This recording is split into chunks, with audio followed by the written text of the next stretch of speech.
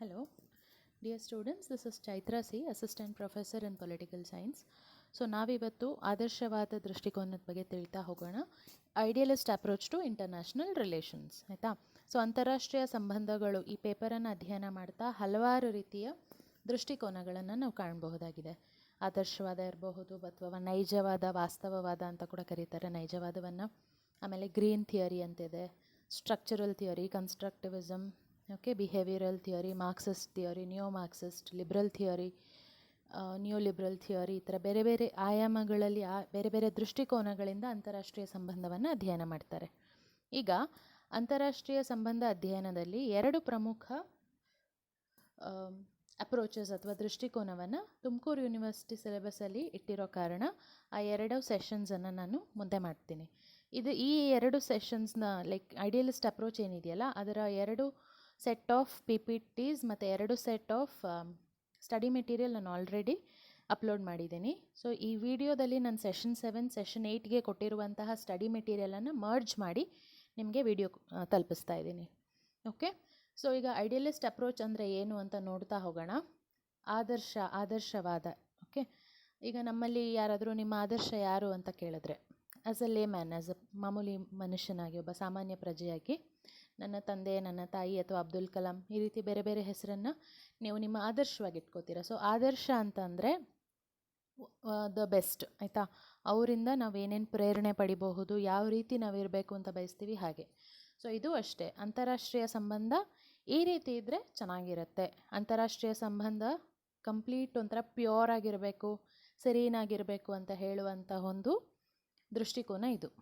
Okay, ತುಂಬ ಸಾತ್ವಿಕತೆಯಿಂದ ಕೂಡಿರುವಂತಹ ದೃಷ್ಟಿಕೋನ ಅಂತಂದರೆ ತಪ್ಪಾಗಲ್ಲ. ಸೊ ಈಗ ಐಡಿಯಲಿಸ್ಟ್ ಅಪ್ರೋಚ್ ಟು ಇಂಟರ್ನ್ಯಾಷನಲ್ ರಿಲೇಷನ್ಸ್ನಲ್ಲಿ ಈ ಸ್ಲೈಡಲ್ಲಿ ನಾನು ನಿಮಗೆ 2 ಪಾಯಿಂಟ್ಸನ್ನು ಮೆನ್ಷನ್ ಮಾಡಿದ್ದೀನಿ. ಒಂದು, it is an approach to international relations emphasising values, traditions, principles and morality. ಆಯಿತಾ? ಸೊ ಇಲ್ಲಿಗ ಅಂತಾರಾಷ್ಟ್ರೀಯ ಸಂಬಂಧಗಳಲ್ಲಿ ನೈತಿಕತೆಗೆ ಮನ್ನಣೆ ಕೊಡಬೇಕು, ಮೌಲ್ಯಗಳಿಗೆ ಗೌರವ ಸೂಚಿಸಬೇಕು, ಸಂಪ್ರದಾಯಗಳನ್ನ ಕಾಪಾಡಬೇಕು, ತತ್ವಗಳನ್ನು ರೂಢಿಸ್ಕೋಬೇಕು ಅಂತ ಕೆಲವು ಆದರ್ಶವಾದಿ ಚಿಂತಕರು ಹೇಳ್ತಾರೆ. ಆ ಆದರ್ಶವಾದಿ ಚಿಂತಕರಿಗೆ ಉದಾಹರಣೆ Gandhiji, Bertrand Russell, then Saint Simon, Woodrow Wilson, Buddha ಮತ್ತು ಸ್ಟಾಯಿಕ್ಸ್ ಅನ್ನೋದು ಪ್ರಾಚೀನ ಗ್ರೀಸ್ನಲ್ಲಿ ಇದ್ದಂತಹ ಒಂದು ಪಂಥ, ಇದು ಇಂಟೆಲೆಕ್ಚುವಲ್ ಒಂದು ಕಮ್ಯುನಿಟಿ, ಆಯಿತಾ? ಬೌದ್ಧಿಕ ಒಂದು ಪಂಥ. ಸೊ ಈಗ ಇಲ್ಲಿ ನೋಡಿ ವ್ಯಾಲ್ಯೂಸ್ ಅಂತ ಕೊಟ್ಟಿದ್ದೀನಿ. ಓಕೆ, ಸೊ ಈಗ ಮೌಲ್ಯಗಳು ಅಂತ ಹೇಳಿದ್ರೆ ಅಂತಾರಾಷ್ಟ್ರೀಯ ಮಟ್ಟದಲ್ಲಿ ಭ್ರಾತೃತ್ವ ಇರಬೇಕು, ನ್ಯಾಯಕ್ಕೆ ಗೌರವ ಸೂಚಿಸಬೇಕು, ಮಾನವ ಹಕ್ಕುಗಳ ಉಲ್ಲಂಘನೆ ಆಗಬಾರ್ದು, ಈ ರೀತಿ ವ್ಯಾಲ್ಯೂಗಳು. ಟ್ರೆಡಿಷನ್ಸ್ ಅಂತ ಬಂದಾಗ ರಾಯಭಾರಿಗಳು, ಫಾರ್ ಎಕ್ಸಾಂಪಲ್ ಈಗ ಬೇರೆ ದೇಶದ ರಾಯಭಾರಿ ನಮ್ಮ ದೇಶದಲ್ಲಿರ್ತಾರೆ, ಆಯಿತಾ? ನಮ್ಮ ದೇಶಕ್ಕೂ ಆ ದೇಶಕ್ಕೂ ಯುದ್ಧ ರೀತಿ ಸಿಚುವೇಶನ್ಸ್ ಬಂತು ಅಂದರೆ ನಮ್ಮ ದೇಶದ ಕರ್ತವ್ಯ ಏನಾಗಿರುತ್ತೆ ಅಂದರೆ ಆ ದೇಶದ ರಾಯಭಾರಿ ಯಾರಿಲ್ಲಿ ಪ್ರೆಸೆಂಟ್ ಇರ್ತಾರಲ್ಲ ಅವರನ್ನು ಅವ್ರ ದೇಶಕ್ಕೆ ಕಳಿಸ್ಕೊಡ್ಬೇಕು ವಿದೌಟ್ ಹಾರ್ಮಿಂಗ್ ಹಿಮ್, ಆಯಿತಾ? ಸೊ ಈ ರೀತಿ ಕೆಲವು ಟ್ರೆಡಿಷನ್ಸ್ ಇವೆ. ಅದಾದಮೇಲೆ ತತ್ವಗಳು ಅಂತ ಬಂದಾಗ ಅಂತಾರಾಷ್ಟ್ರೀಯ ಕಾನೂನು ಕೆಲವು ಪ್ರಿನ್ಸಿಪಲ್ಸ್ನ ಲೇ ಮಾಡುತ್ತೆ. For example United Nations law of the seas ಅಂತೆಲ್ಲ ಇದೆ, ಸಮುದ್ರಕ್ಕೆ ಸಂಬಂಧಿಸಿದಂತಹ ಅಂತಾರಾಷ್ಟ್ರೀಯ ಕಾನೂನುಗಳು. ಅದನ್ನು ಎಲ್ಲರೂ ಪಾಲಿಸಬೇಕು. ಕಾನೂನನ್ನು ಎಲ್ಲರೂ ಪಾಲಿಸಿದ್ರೆ ಪರಸ್ಪರತೆ ಮೂಡಿದಾಗ, ಓಕೆ, ಅಂತಾರಾಷ್ಟ್ರೀಯ ಸಂಬಂಧಗಳಲ್ಲಿ ವೈಷಮ್ಯಗಳು ಬರೋದಿಲ್ಲ, ಯುದ್ಧಗಳು ನಡೆಯೋದಿಲ್ಲ ಅಂತ ಇವ್ರು ಹೇಳ್ತಾರೆ. ಕೊನೆಯದಾಗಿ ಮೊರಾಲಿಟಿ ಅಂತ ಮೆನ್ಷನ್ ಮಾಡಿದ್ದೀನಿ. ಮೊರಾಲಿಟಿ ಅಂದರೆ ನೈತಿಕತೆ is nothing but given a choice between good and bad, ಒಳ್ಳೆಯದು ಕೆಟ್ಟದರ ಮಧ್ಯೆ ಒಂದು ಆಯ್ಕೆ ಕೊಟ್ಟಾಗ ಚೂಸಿಂಗ್ ದ ಬೆಸ್ಟ್ ಅಥವಾ ಚೂಸಿಂಗ್ ದ ರೈಟ್ ಒನ್, ಆಯಿತಾ? ಅದನ್ನು ನೈತಿಕತೆ ಅಂತ ಕರಿತೀವಿ. ಸೊ ಈಗ ನಿಮಗೆ ನಾನು ಹೇಳ್ತೀನಿ, ಈಗ ಇಂಡಿಯಾ ಪಾಕಿಸ್ತಾನ ಯುದ್ಧ ಮಾಡಿ ಪಾಕಿಸ್ತಾನವನ್ನು ಕಂಪ್ಲೀಟಾಗಿ ಇಂಡಿಯಾ ನಿರ್ನಾಮ ಮಾಡಿಬಿಡಲಿ ಅನ್ನೋ ಒಂದು ಎಕ್ಸ್ಟ್ರೀಮ್ ವಾದ ಅಂದ್ಕೊಳ್ಳಿ. ಆದರೆ ಅದನ್ನು ಮಾಡೋದ್ರಿಂದ ಏನಾಗುತ್ತೆ? ಓಕೆ, ಇಂಟರ್ನ್ಯಾಷನಲ್ ಲೆವೆಲಲ್ಲಿ ಇಂಡಿಯಾದ ಇಲ್ಲಿವರೆಗೂ ಕಾಪಾಡ್ಕೊಂಡು ಬಂದಂತಹ ಶಾಂತಿ, ಬದ್ಧತೆ ಏನಿದೆ ಅದೆಲ್ಲ ನಾಶ ಆಗುತ್ತೆ. ಎಟ್ ದ ಸೇಮ್ ಟೈಮ್ ಒಂದು ದೇಶವನ್ನು ನಾಶ ಮಾಡಿ ನಾವು ಪಡ್ಕೊಳ್ಳೋದೇನೂ ಇಲ್ಲ. ಓಕೆ, ನಮ್ಮಲ್ಲೂ ಅವರನ್ನು ನಾಶ ಮಾಡೋದಕ್ಕೆ ಫ್ರಂಟ್ ಲೈನಲ್ಲಿ ಯಾರು ಮಿಲಿಟ್ರಿ ಪಡೆಗಳಿರ್ತಾವೋ ನಾವು ಅಷ್ಟೇ ಕಳ್ಕೊತೀವಿ. ಸೊ ಜನ, ಹಣ ಎಲ್ಲವನ್ನು ನಾವು ಸಹ ಕಳ್ಕೊತೀವಿ. So there is no point in getting into war with any country, ಆಯಿತಾ? ಆದಷ್ಟು ಯುದ್ಧವನ್ನು ದೂರ ಇಟ್ಟು ಒಳ್ಳೆ ರೀತಿ ಶಾಂತಿಯಿಂದ ಅದು ಅಂತಾರಾಷ್ಟ್ರೀಯ ಸಂಬಂಧಗಳನ್ನ ವ್ಯವಹರಿಸಬೇಕು ಅನ್ನೋದು ಆದರ್ಶವಾದದ ತಿರುಳಾಗಿದೆ. ಸೊ ಇಲ್ಲಿ ಇವಾಗ ನೋಡಿ, ಇಲ್ಲಿಗ ನಾನು ಈ ಸ್ಲೈಡಲ್ಲಿ important developments related to idealism ಅಂತ ಕೊಟ್ಟಿದ್ದೀನಿ. ಅಂದರೆ ಆದರ್ಶವಾದದಲ್ಲಿ ನಡೆದು ಬಂದಂತಹ ಅಥವಾ ಬೆಳೆದು ಬಂದಂತಹ ಪ್ರಮುಖ ಘಟನೆಗಳು. ಈಗ ಮೊದಲನೇ ಮಹಾಯುದ್ಧ 1914ರಿಂದ 18, ಎರಡನೇ ಮಹಾಯುದ್ಧ 1939 to 1945 ನಡೆದಿರೋದು ನಿಮಗೆಲ್ಲ ಗೊತ್ತೇ ಇದೆ. ಎರಡು ಯುದ್ಧಗಳ ಮಧ್ಯೆ ಇಂಟರ್ವಾರ್ಡ್ ಪೀರಿಯಡ್ ನಡೀತು, ಆಯಿತಾ. ಆಗ ನಾಜಿವಾದ ಎಲ್ಲ ಬೆಳೀತು, ಅದೊಂದು ಕಡೆ. ಆದರೆ ಇನ್ನೊಂದು ಕಡೆ ನಿಮಗೆ 1918 ಯುದ್ಧ ಮುಗಿತಿದ್ದ ಹಾಗೇ ವರ್ಸೈಲ್ಸ್ ಒಪ್ಪಂದ ಜಾರಿಗೆ ಬಂತು, ಗೊತ್ತಿರಬಹುದು. ಅದು ಸಹ ಸ್ಲೈಡಲ್ಲಿ ಹಾಕಿದ್ದೀನಿ. ಓಕೆ, ಇಲ್ಲ ಇದರಲ್ಲಿ ಹಾಕಿಲ್ಲ, ಸಾರಿ. ನಿಮ್ಮನ್ನು ಸ್ಟಡಿ ಮೆಟೀರಿಯಲಲ್ಲಿ ಅದನ್ನ ಮೆನ್ಷನ್ ಮಾಡಿದ್ದೀನಿ. ಸೊ ಇಲ್ಲಿಗ 1919 ವರ್ಸೈಲ್ಸ್ ಒಪ್ಪಂದವನ್ನು ಸೈನ್ ಮಾಡ್ತಾರೆ. ವುಡ್ರೋ ವಿಲ್ಸನ್ ಅದನ್ನು ಮುಂದಿಡ್ತಾರೆ. ಅದರಲ್ಲಿ 14 ಪಾಯಿಂಟ್ಸ್ ಇರುತ್ತೆ. ಆ 14 ಪಾಯಿಂಟ್ಸ್ನ ಉದ್ದೇಶ ಏನಾಗಿರುತ್ತೆ ಅಂದರೆ, ಒಂದು ಮಹಾಯುದ್ಧದಿಂದ ಹಾನಿಯಾಗಿದೆ, ಆಯಿತಾ. ಜನ, ಸಂಪನ್ಮೂಲಗಳು ಪ್ರತಿಯೊಂದು ಹಾನಿಯಾಗಿ ಹೋಗಿದೆ. ಇದು ಮರುಕಳಿಸಬಾರ್ದು, ಎರಡನೇ ಮಹಾಯುದ್ಧ ನಡಿಬಾರ್ದು ಅನ್ನೋದು ಅವರ ವಾದವಾಗಿತ್ತು. ಸೊ ಎಲ್ಲ ದೇಶಗಳು ಅದಕ್ಕೆ ಒಪ್ಪಿಗೆಯನ್ನು ಸಹ ಸೂಚಿಸಿದ್ರು, ಆದಷ್ಟು ಶಾಂತಿಯನ್ನು ಸ್ಥಾಪಿಸಬೇಕು ಅಂತ ಹೇಳಿ. ಕಾನ್ಸಿಕ್ವೆಂಟ್ಲಿ ನಿಮಗೆಲ್ಲರಿಗೂ ಗೊತ್ತಿರೋ ಹಾಗೆ ಲೀಗ್ ಆಫ್ ನೇಷನ್ಸ್ ಅಥವಾ ರಾಷ್ಟ್ರಗಳ ಸಂಘ ಅನ್ನೋದು 1920 ಜಾರಿಗೆ ಬರುತ್ತೆ. ಈಗ ಸೊ ಆ ಎರಡು ಅದಷ್ಟು ಆದ್ರೂ ಆದರ್ಶವಾದ 20 years ಪ್ರಪಗೇಟ್ ಮಾಡ್ತಾರೆ ಎಲ್ಲರೂ ಸಹ. ಆದ್ರೂ ಎರಡನೇ ಮಹಾಯುದ್ಧಕ್ಕೆ ಬೇರೆ ಬೇರೆ ಕಾರಣಗಳು ಮೂಡುತ್ತೆ. ನಾಜಿವಾದ ಅತಿರೇಕಕ್ಕೆ ಹೋಗುತ್ತೆ, ಎಲ್ಲ ಗೊತ್ತಲ್ವ ನಿಮಗೆ. ಸೊ ಈಗ ಎರಡನೇ ಮಹಾಯುದ್ಧ ಪ್ರಾರಂಭ ಆಗುತ್ತೆ, ಆಯಿತಾ. ಸೊ ಎರಡನೇ ಮಹಾಯುದ್ಧ ಪ್ರಾರಂಭ ಆದರೆ ಅದು ಆದರ್ಶವಾಗಿ ಏನು ಹೇಳ್ತಾರೆ, ಯುದ್ಧ ನಡಿಬಾರ್ದು, ಬಟ್ ಯುದ್ಧ ನಡೀತು. ಸೊ ಅದು ನೈಜವಾದದ ಬಗ್ಗೆ ನಾನು ನಿಮಗೆ ನೆಕ್ಸ್ಟ್ ಸೆಷನಲ್ಲಿ ವಿಡಿಯೋನ ಶೇರ್ ಮಾಡ್ತೀನಿ. ಸೊ ಇಲ್ಲಿವಾಗ ಅದಾದಮೇಲೆ ನೀವು ನೋಡ್ತಾ ಹೋದರೆ ಇದಕ್ಕೂ ಹಿಂದೆ, ಓಕೆ, 18ನೇ ಶತಮಾನದಲ್ಲಿ American independence movement, French revolution, okay, 1776, 1789 American ಕ್ರಾಂತಿ ಮತ್ತು ಫ್ರಾನ್ಸ್ ಕ್ರಾಂತಿ ಏನಿದೆ, ಆ ಕ್ರಾಂತಿ. ಫಾರ್ ಎಕ್ಸಾಂಪಲ್ ಅಮೇರಿಕನ್ ಕ್ರಾಂತಿಯಲ್ಲಿ ನೀವು ನೋಡೋದಾದರೆ ನೋ ಟ್ಯಾಕ್ಸೇಷನ್ ವಿದೌಟ್ ರೆಪ್ರೆಸೆಂಟೇಷನ್ ಅಂತ ಹೇಳಿ ಒಂದು ಮೂಮೆಂಟನ್ನು, ಫ್ರೀಡಮ್ ಮೂಮೆಂಟನ್ನು ಅವರು ಪ್ರಪಗೇಟ್ ಮಾಡ್ತಾರೆ, ಪ್ರಪಗ್ಯಾಂಡವನ್ನು ಅವರು ಮೂವ್ ಮಾಡ್ತಾರೆ, ಆಯಿತಾ. And French revolution liberty, equality, fraternity, ಸ್ವತಂತ್ರ, ಸಮಾನತೆ, ಭ್ರಾತೃತ್ವ, ಈ ರೀತಿ ತತ್ವಗಳು. ಅಲ್ಲೂ ಅಷ್ಟೇ, ನೋ ಟ್ಯಾಕ್ಸೇಷನ್ ವಿದೌಟ್ ರೆಪ್ರೆಸೆಂಟೇಷನ್ ಅಂತ ಅಂದರೆ ಅದು ಪ್ರಜಾಪ್ರಭುತ್ವವನ್ನು ಸೂಚಿಸುತ್ತೆ. ನಮಗೆ ನೀವು ಪ್ರಜಾಸತ್ತಾತ್ಮಕ ವ್ಯವಸ್ಥೆಯನ್ನು ನೀಡಿ ನಮಗೆ ಆಡಳಿತದಲ್ಲಿ ಮಾನ್ಯತೆ ಕೊಟ್ಟರೆ ನೀವು ನಮ್ಮನ್ನು ಆಳಬಹುದು, ನಮಗೆ ಅದರಲ್ಲಿ ಒಂದು ಪ್ರಪೋರ್ಷನೇಟ್ ಪೊಸಿಷನ್ ಕೊಡಬೇಕು ಅಂತ ವಾದಿಸ್ತಾರೆ. ಆ್ಯಂಡ್ ಫ್ರಾನ್ಸ್ ಕ್ರಾಂತಿಯಿಂದ ತತ್ವಗಳು, ಪ್ರಮುಖ ತತ್ವಗಳು, ಲಿಬರ್ಟಿ, ಸ್ವಾತಂತ್ರ್ಯ. ಇವತ್ತು ನಾವು ಮಾತಾಡ್ತೀವಿ ವ್ಯಕ್ತಿ ಸ್ವಾತಂತ್ರ್ಯ, ಗುಂಪು ಸ್ವಾತಂತ್ರ್ಯ, ಸಮುದಾಯ ಸ್ವಾತಂತ್ರ್ಯ ಅಂತೆಲ್ಲ ನಾವು ಮಾತಾಡ್ತೀವಿ, ಓಕೆ.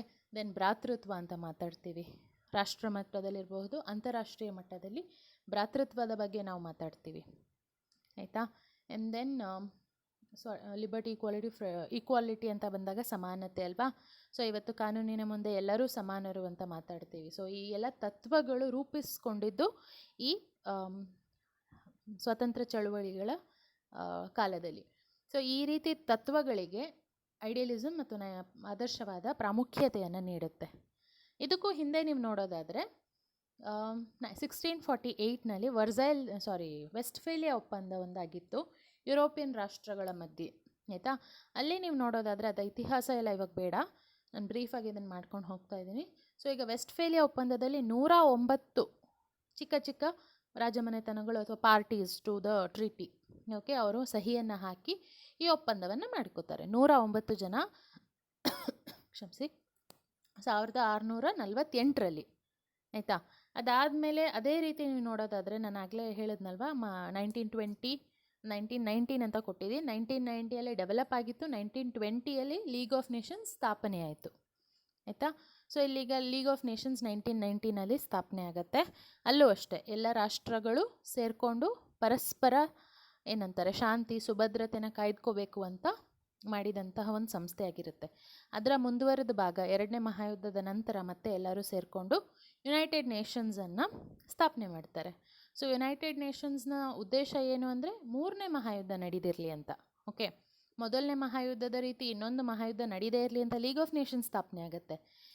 ನಡೆಯೋದಂತೂ ನಡೀತು, ಇನ್ನು ಮೂರನೇ ಮಹಾಯುದ್ಧ ನಡೀದೇ ಇರಲಿ ಅನ್ನೋದು ವಿಶ್ವಸಂಸ್ಥೆಯ ಪ್ರಮುಖ ಉದ್ದೇಶ ಆಗಿತ್ತು. ಅಂತಾರಾಷ್ಟ್ರೀಯ ಶಾಂತಿ ಭದ್ರತೆಯನ್ನು ಕಾಪಾಡಿ ಅಂತಾರಾಷ್ಟ್ರೀಯ ವ್ಯವಹಾರಗಳು ನೈತಿಕತೆಯಿಂದ ಕೂಡಿರಬೇಕು ಮತ್ತು ಒಳ್ಳೆಯ ರೀತಿ ಸಾಗಬೇಕು, ಸಾಮಾಜಿಕ ಆರ್ಥಿಕ ಅಭಿವೃದ್ಧಿಗೆ ಒತ್ತು ನೀಡಬೇಕು ಅನ್ನೋದು ವಿಶ್ವಸಂಸ್ಥೆಯ ಪ್ರಮುಖ ಉದ್ದೇಶ ಆಗಿರುತ್ತೆ.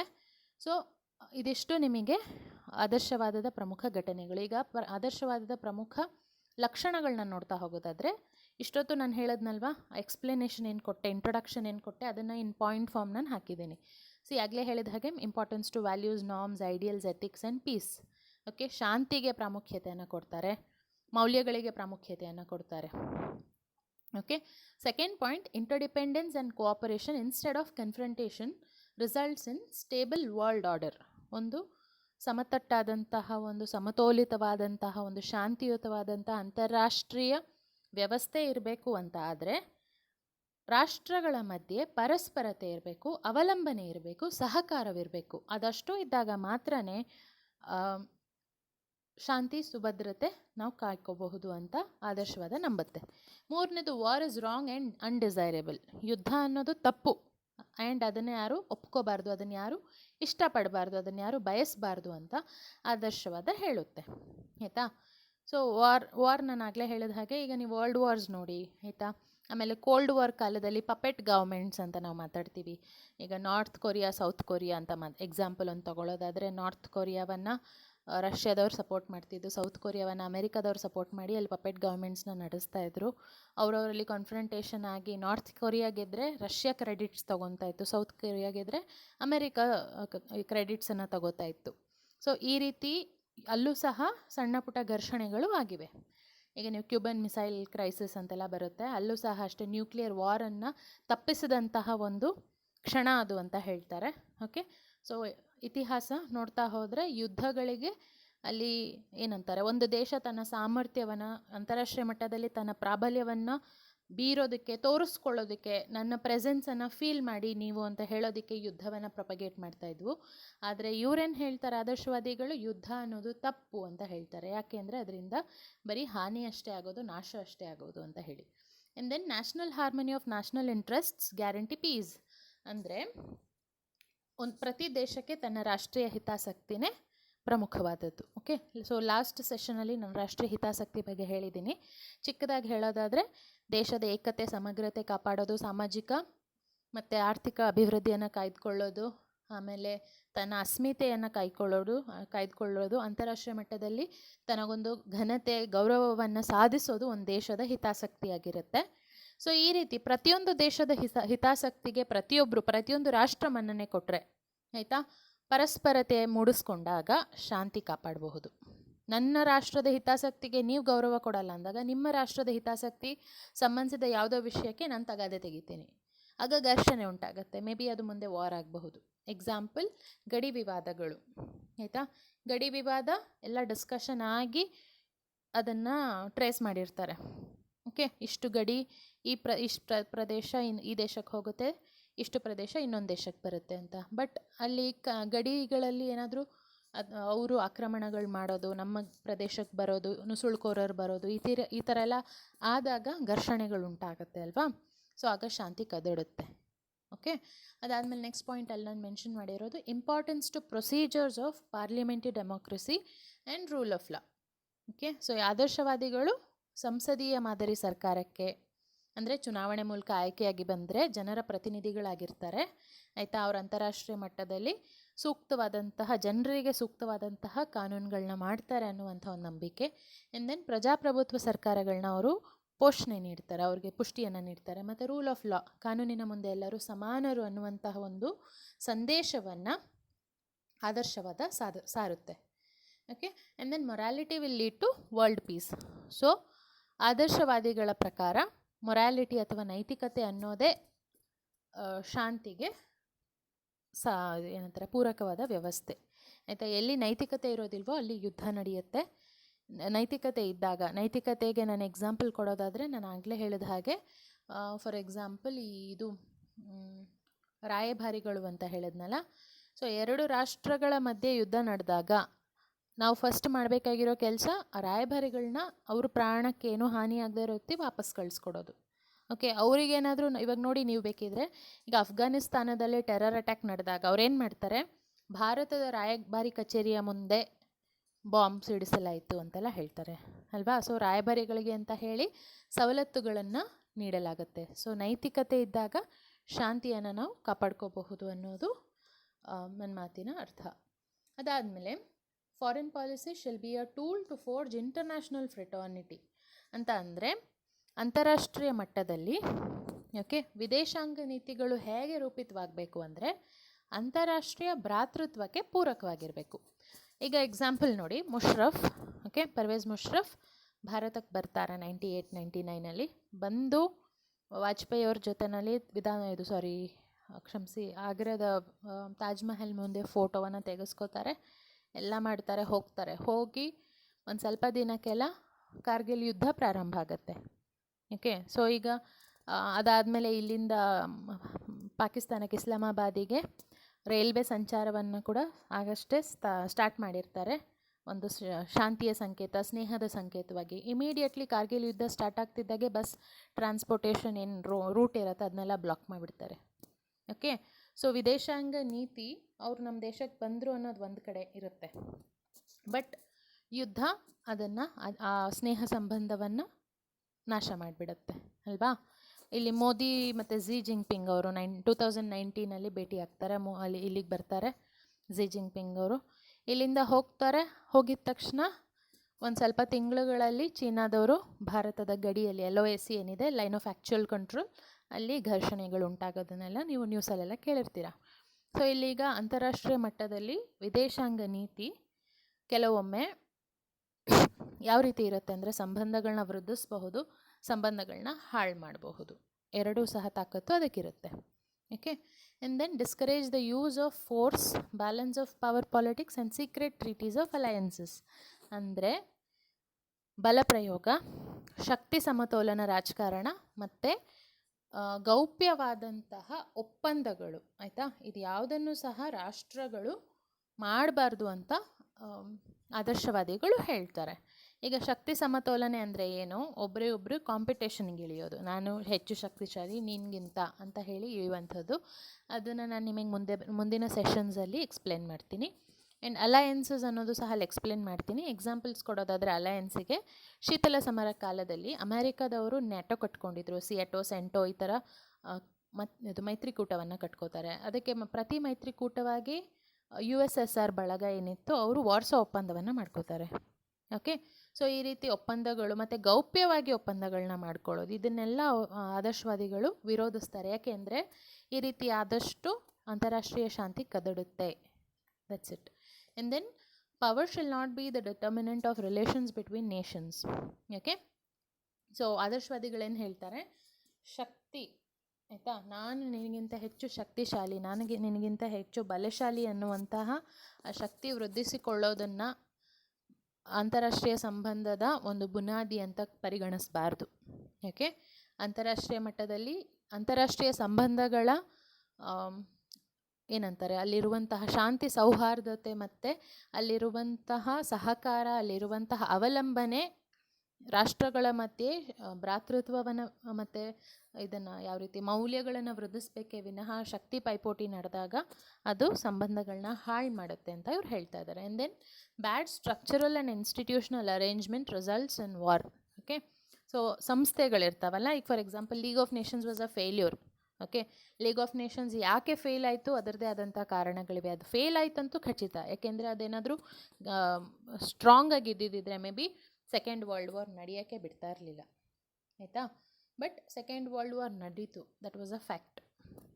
ಸೊ ಅದರಿಂದ ಏನು ಹೇಳ್ತಾರಂದರೆ, ಯಾವುದೇ ಒಂದು ಸಂಸ್ಥೆ, ಅದರ ರಚನೆ, ಅದರ ಫಂಕ್ಷನ್ ಹೇಗಿರಬೇಕು ಅಂದರೆ ಸ್ಟ್ರಾಂಗ್ ಆಗಿರಬೇಕು. ಯಾವಾಗ ಸಂಸ್ಥೆಗಳು ವೀಕ್ ಆಗಿರುತ್ತೋ ಆಗ ಯುದ್ಧಗಳಿಗೆ ಅದು ನಾಂದಿ ಹಾಡುತ್ತೆ. And then good domestic policies facilitate better international relations. For example reforms in social system and redistribution of wealth. ಅಂದರೆ ಅಂತಾರಾಷ್ಟ್ರೀಯ ಮಟ್ಟದಲ್ಲಿ ನೀತಿಗಳು ರಚನೆ ಆಗುತ್ತೆ ಒಂದು ಕಡೆ, ವಿದೇಶಾಂಗ ನೀತಿ ಇನ್ನೊಂದು ಕಡೆ, ಮೂರನೇದು ಆಂತರಿಕ ನೀತಿ. ಈಗ ಒಂದು ರಾಷ್ಟ್ರದಲ್ಲಿ ಈಗ ನೋಡಿ, ಫಾರ್ ಎಕ್ಸಾಂಪಲ್ ರೆಫ್ಯೂಜಿ ಕ್ರೈಸಿಸ್, ಆಯಿತಾ, ನಿರಾಶ್ರಿತರಿಗೆ ಸಂಬಂಧಿಸಿದ ಏನಾದರೂ ಒಂದು ನಡೆದಾಗ, ಈವನ್ ಎಕ್ಸಾಂಪಲ್ ನಿಮಗೆ ಕೊಡೋದಾದರೆ, ಈಗ LTT ಶ್ರೀಲಂಕಾದಲ್ಲಿ ಘರ್ಷಣೆ ನಡೀತಾ ಇತ್ತಲ್ವ, LTT ಮತ್ತು ತಮಿಳೇಲಂನ ಟೈಗರ್ಸ್ ಜೊತೆ ಮತ್ತು Sri Lankan north East part of ಶ್ರೀಲಂಕಾದಲ್ಲಿ ಘರ್ಷಣೆ ನಡೀತಾ ಇತ್ತು. ಬಟ್ ಅವರಿಗೆ ಇದು LTTನವರಿಗೆ ವರ್ಲ್ಡ್ ಓವರಿಂದ, ತಮಿಳ್ ಡಯಾಸ್ಪೊರಾಯಿಂದ ಫಂಡಿಂಗ್ ಬರ್ತಾಯಿತ್ತು, ಆಯಿತಾ. ಅವ್ರದ್ದು ಅಲ್ಲಿ ಯುದ್ಧ ಯಾಕೆ ನಡೀತು ಅಥವಾ ಘರ್ಷಣೆ ಯಾಕೆ ನಡೀತು ಅಂತ ಸಿಂಪಲ್ಲಾಗಿ ಹೇಳೋದಾದರೆ, ಅಲ್ಲಿ ಅದು ಒಂದು ತಮಿಳ್ ಏನಂತ ಸಿನ್ಹಾಲಿ ಪಾಪ್ಯುಲೇಷನ್ ಜಾಸ್ತಿ ಇದ್ದು, ತಮಿಳಿಯನ್ಸ್ ಇವರು ನಮ್ಮ ತಮಿಳ್ನಾಡು ಪ್ರದೇಶದಿಂದ ಶ್ರೀಲಂಕಾಕ್ಕೆ ಹೋಗಿರ್ತಾರೆ. ಆಗ ಬ್ರಿಟಿಷರ ಕಾಲದಲ್ಲಿ ಅಲ್ಲೆಲ್ಲಿ ಟೀ ಪ್ಲಾಂಟೇಷನ್ ಅದರಲ್ಲೆಲ್ಲ ಕೆಲಸ ಮಾಡೋದಕ್ಕೆ ಇಲ್ಲಿಂದ ಅವರು ಕರ್ಕೊಂಡು ಹೋಗಿರ್ತಾರೆ, ಆಯಿತಾ. ಸೊ ಅಲ್ಲಿ ಹೋದಾಗ ಸಿಂಹಳಿಯರು ಮತ್ತು ತಮಿಳಿಯರ ನಡುವೆ ನಾರ್ತ್ ಈಸ್ಟ್ ಪೋರ್ಷನಲ್ಲಿ ಸ್ವಲ್ಪ ಘರ್ಷಣೆ ಉಂಟಾಗುತ್ತೆ. ಇವರೇನು ಹೇಳ್ತಾರೆ, ಸಿಂಹಳರು ನಮ್ಮ ಮೇಲೆ ದಬ್ಬಾಳಿಕೆ ಮಾಡ್ತಾರೆ ಅಂತ ಹೇಳಿ. ಆ್ಯಂಡ್ ತಮಿಳರು ಇಲ್ಲಿಯವರಲ್ಲ, ಇಲ್ಲಿಯ ಒರಿಜಿನಲ್ ನೇಟಿವ್ಸ್ ಅಲ್ಲ, ಅವ್ರಿಗೆ ಯಾಕೆ ನಾವು ರೆಪ್ರೆಸೆಂಟೇಷನ್ ಕೊಡಬೇಕು, ಅವ್ರಿಗೆ ಯಾಕೆ ನಾವು ಉದ್ಯೋಗ ಅವಕಾಶಗಳನ್ನ ಕೊಡಬೇಕು ಅಂತ ಸಣ್ಣ ಮಟ್ಟದಲ್ಲಿ ಅಲ್ಲಿ ಘರ್ಷಣೆಗಳು ಪ್ರಾರಂಭ ಆಗಿ ಅದು ತೀವ್ರ ಸ್ವರೂಪವನ್ನು ಪಡ್ಕೋತು.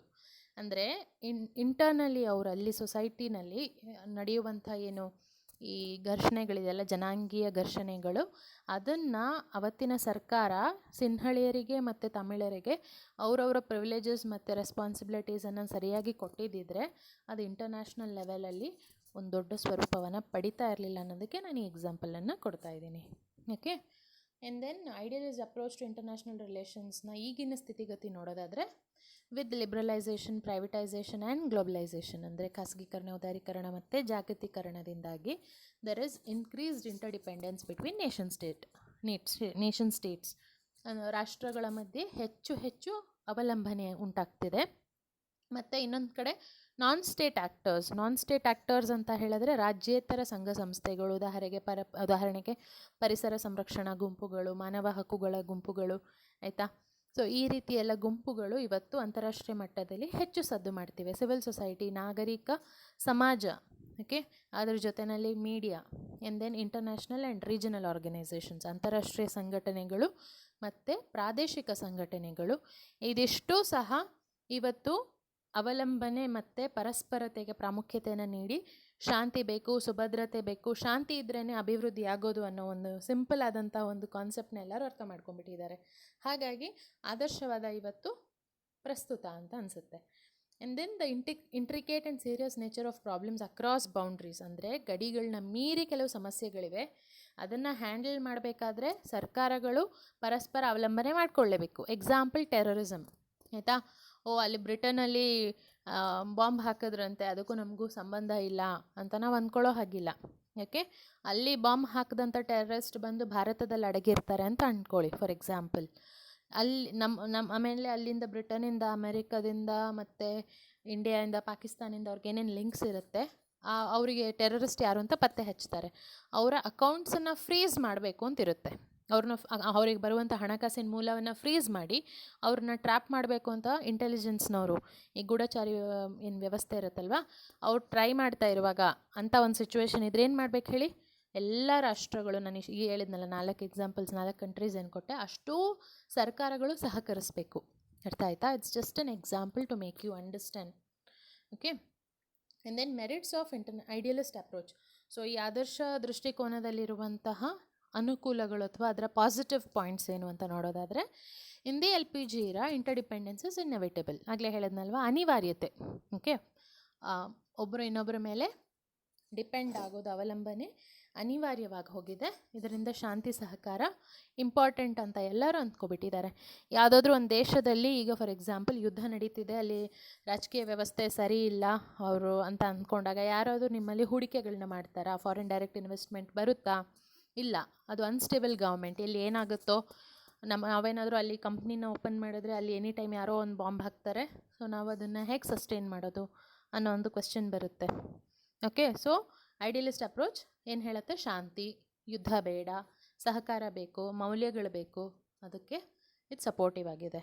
ಎರಡನೇದು, war causes damage to all parties involved. Military industry complex results in war. ಈಗ ಯುದ್ಧ ಎಲ್ಲರಿಗೂ ಹಾನಿಯನ್ನು, ಇವಾಗ ನಾನು ಇಂಡಿಯಾ ಪಾಕಿಸ್ತಾನ ಎಕ್ಸಾಂಪಲ್ ಆಗಲೇ ಕೊಟ್ಟೆ.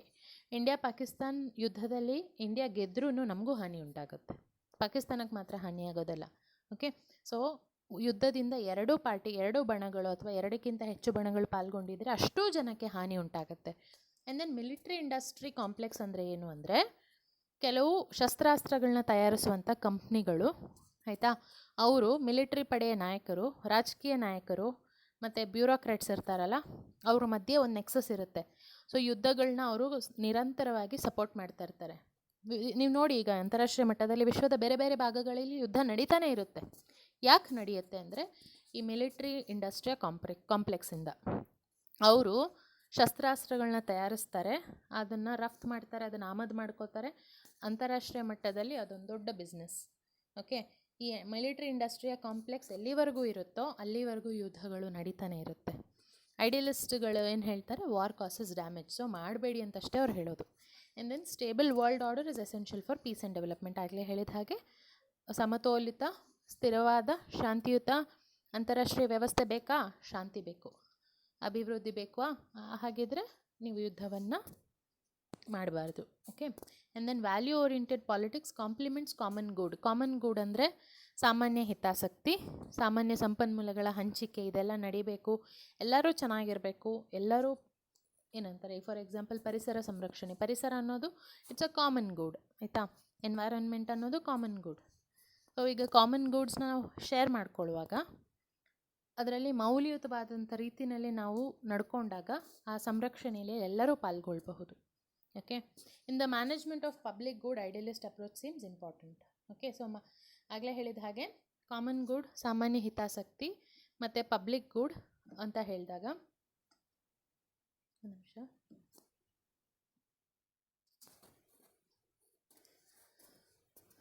ಪಬ್ಲಿಕ್ ಗುಡ್ ಅಂತ ಹೇಳಿದಾಗ ಸಾರ್ವಜನಿಕ ಸರಕು ಸೇವೆಗಳು, ಓಕೆ, ಮತ್ತು ಆಮೇಲೆ ಎಲ್ಲರಿಗೂ ಅದರ ಆ್ಯಕ್ಸಸ್ ಸಿಗಬೇಕು, ಎಲ್ಲ ಚೆನ್ನಾಗಿ ನಡೀಬೇಕು ಅಂದಾಗ ಆದರ್ಶವಾದನನ್ನು ನಾವು ಸಪೋರ್ಟ್ ಮಾಡಬೇಕಿರುತ್ತೆ. And then demerits of idealist approach. ಆದರ್ಶವಾದದಲ್ಲಿರುವಂತಹ ನ್ಯೂನತೆಗಳು, ಲೋಪದೋಷಗಳೇನು ಅಂತ ನೋಡೋದಾದರೆ, it is an abstract and metaphysical theory far from reality, ಆಯಿತಾ. ಇದು ವಾಸ್ತವದಿಂದ ತುಂಬ ದೂರವಾದಂಥ ಒಂದು ವ್ಯವಸ್ಥೆ. ಒಂಥರ ನಿರ್ದಿಷ್ಟವಾಗಿ ಹೇಳಕ್ಕೆ ಬರಲ್ಲ. ಮೌಲ್ಯಗಳು ಅಂದರೆ ಏನು, ಭ್ರಾತೃತ್ವ ಅಂದರೆ ಏನು, ಇದನ್ನು ನೀವು ಹೀಗೆ ಅಂತ ಹೇಗೆ ಡಿಫೈನ್ ಮಾಡ್ತೀರಾ, ಅದೊಂಥರ ಆದಿಭೌತಿಕವಾದಂಥ ವ್ಯವಸ್ಥೆ. ಆ್ಯಂಡ್ ನೈಜತೆಯಿಂದ ದೂರ. ನಾನು ಆಗಲೇ ಹೇಳಿದ್ನಲ್ಲ, ಇವರು ಯುದ್ಧ ಮಾಡಬೇಡಿ ಅಂತ ಹೇಳ್ತಾರೆ, ಬಟ್ ಯುದ್ಧ ಇಸ್ ಅ ರಿಯಾಲಿಟಿ. ಯುದ್ಧಗಳು ನಡೀತಾನೆ ಇರುತ್ತೆ, ಘರ್ಷಣೆಗಳು ನಡೀತಾನೆ ಇರುತ್ತೆ. ಓಕೆ, ಈಗ ಜಸ್ಟ್ ಇಮ್ಯಾಜಿನ್ ಅ ಸಿಚುವೇಶನ್, ಇಂಡಿಯಾದವರು ನಾವೆಲ್ಲ ಟೂಲ್ಸನ್ನು ನಾವು ಸರೆಂಡರ್ ಮಾಡ್ತೀವಿ, ನಾವು ಇನ್ಮೇಲೆ ಟೂಲ್ಸ್ ಬಳಸಲ್ಲ. ಅಂದರೆ ನಾನು ಹೇಳ್ತಾ ಇರೋದು ಅಮ್ಯುನಿಷನ್ಸ್, ವಾರ್ ಎಕ್ವಿಪ್ಮೆಂಟ್ಸ್, ಆಯಿತಾ. ನಾವು ಯಾವುದನ್ನು ಬಳಸಲ್ಲ ಅಂತ ಹೇಳಿ ಸುಮ್ಮನೆ ಇರೋಕ್ಕಾಗತ್ತಾ? ಆಗ ಚೈನಾದವರು, ಪಾಕಿಸ್ತಾನದವರು ಗೊತ್ತಾಗ್ಬಿಟ್ರೆ ಒಮ್ಮೆಲೆ ನಮ್ಮಲ್ಲಿ ಅಟ್ಯಾಕ್ ಮಾಡ್ತಾರೆ. ಸೊ ಸಹಕಾರ ಅಥವಾ ಶಾಂತಿ ಅನ್ನೋದು ಬರೀ ಒಂದು ದೇಶ ತಗೊಳ್ಳುವಂಥ ತೀರ್ಮಾನ ಅಲ್ಲ, ಅದಕ್ಕೆ ಎಲ್ಲರೂ ಸಹಕರಿಸಬೇಕು. And then war provoking factors have been undermined. ಅಂದರೆ ಕೆಲವು ಯುದ್ಧವನ್ನು ಸಪೋರ್ಟ್ ಮಾಡುವಂತಹ ಕಾರಣಗಳಿರ್ತವೆ. ಅಂಥ ಕಾರಣಗಳನ್ನ ಆದರ್ಶವಾದಿಗಳು ನೋಡೋದಿಲ್ಲ, ಬರೀ ಯುದ್ಧ ಮಾಡಬೇಡಿ ಅಂತ ಹೇಳ್ತಾರೆ, ಆಯಿತಾ. ಆ ಯುದ್ಧದ ಕಾರಣ ಏನಿರುತ್ತೆ ಅದನ್ನು ಅವರು ನೋಡ್ಬೇಕು, ಗಮನಿಸಬೇಕಾಗಿರುತ್ತೆ. World war and cold war have proved idealism as a policy failure. ಅಂದರೆ 2 ಮಹಾಯುದ್ಧಗಳು ಮತ್ತು ಶೀತಲ ಸಮರ ಏನನ್ನು ತೋರಿಸಿದೆ ಅಂದರೆ ಅಂತಾರಾಷ್ಟ್ರೀಯ ಮಟ್ಟದಲ್ಲಿ ಶಾಂತಿ ಕಾಪಾಡೋಕ್ಕೆ ಸಾಧ್ಯ ಇಲ್ಲ, ಯುದ್ಧಗಳನ್ನ ತಡೆಯೋಕ್ಕೆ ಸಾಧ್ಯ ಇಲ್ಲ ಅನ್ನೋದನ್ನು ತೋರಿಸ್ಕೊಟ್ಟಿದೆ. ಸೊ ಐಡಿಯಲಿಸಮ್ ಅನ್ನೋದು ಒಂದು ಫೇಲ್ಯೂರ್ ಅಂತ ಇಲ್ಲಿ ನಾನು ಸ್ಟೇಟ್ ಮಾಡಿದ್ದೀನಿ. And then E H Carr ಅನ್ನೋದು ಒಬ್ಬ ನೈಜವಾದಿ ಚಿಂತಕ. ಅವರು ಪೀರಿಯಡ್ 1919 ಮತ್ತು 1939 20 years ಆಫ್ ಪೀರಿಯಡ್ ಏನಿದೆಯಲ್ಲ ವರ್ಲ್ಡ್ ವಾರ್ಗಳ ಮಧ್ಯೆ, ಅದಕ್ಕೆ ಸಂಬಂಧಿಸಿ ಒಂದು ಪ್ರಮುಖವಾದಂಥ ಗ್ರಂಥವನ್ನು ರಚಿಸಿದ್ದಾರೆ. ಅದರಲ್ಲಿ ಅವ್ರು ಏನು ಹೇಳ್ತಾರೆ ಅಂದರೆ, idealism is an expression of political philosophy of great powers. ಅಂದರೆ ದೊಡ್ಡ ರಾಷ್ಟ್ರಗಳು, ಆಯಿತಾ, ತಮ್ಮ ಶಕ್ತಿ ಸಾಧಿಸ್ಬಿಟ್ಟಿವೆ, ಯುದ್ಧಗಳನ್ನ ಮಾಡಿ ಎಲ್ಲ ಸ್ಥಾಪನೆ ಮಾಡಿಬಿಟ್ಟಿದ್ದಾರೆ, ತಾವು ಬೇರೆ ದೇಶಗಳಿಗಿಂತ ಪವರ್ಫುಲ್ ಅಂತ ಅಂತಾರಾಷ್ಟ್ರೀಯ ಮಟ್ಟದಲ್ಲಿ ಸಾಧಿಸಿದ್ದಾರೆ. ಸಣ್ಣ ರಾಷ್ಟ್ರಗಳು ಬೆಳಿಬಾರ್ದು, ಸಣ್ಣ ರಾಷ್ಟ್ರಗಳು ಯುದ್ಧಗಳಲ್ಲಿ ತೊಡಗಬಾರ್ದು, ಸಣ್ಣ ರಾಷ್ಟ್ರಗಳು ಅವ್ರ ಜೊತೆಯಲ್ಲಿ ಪೈಪೋಟಿಗೆ ಇಳಿಬಾರ್ದು ಅನ್ನೋ ಕಾರಣಕ್ಕೆ ಅವ್ರು ಏನು ಹೇಳ್ತಾರೆ ಅಂದರೆ, ಆದರ್ಶವಾದವನ್ನು ದೊಡ್ಡ ರಾಷ್ಟ್ರಗಳು ಪ್ರತಿಪಾದಿಸುವಂಥದ್ದು. ಯಾರಿಗೆ? ಸಣ್ಣ ರಾಷ್ಟ್ರಗಳಿಗೆ ಅಂತ ಅವರು ಟೀಕೆಯನ್ನು ಮಾಡ್ತಾರೆ. ಸೊ ಇದಿಷ್ಟು ನಿಮಗೆ ಐಡಿಯಲಿಸಮ್ನ ಸಂಪೂರ್ಣ ಒಂದು ಚಿತ್ರಣ. Hope you enjoyed it. Thank you.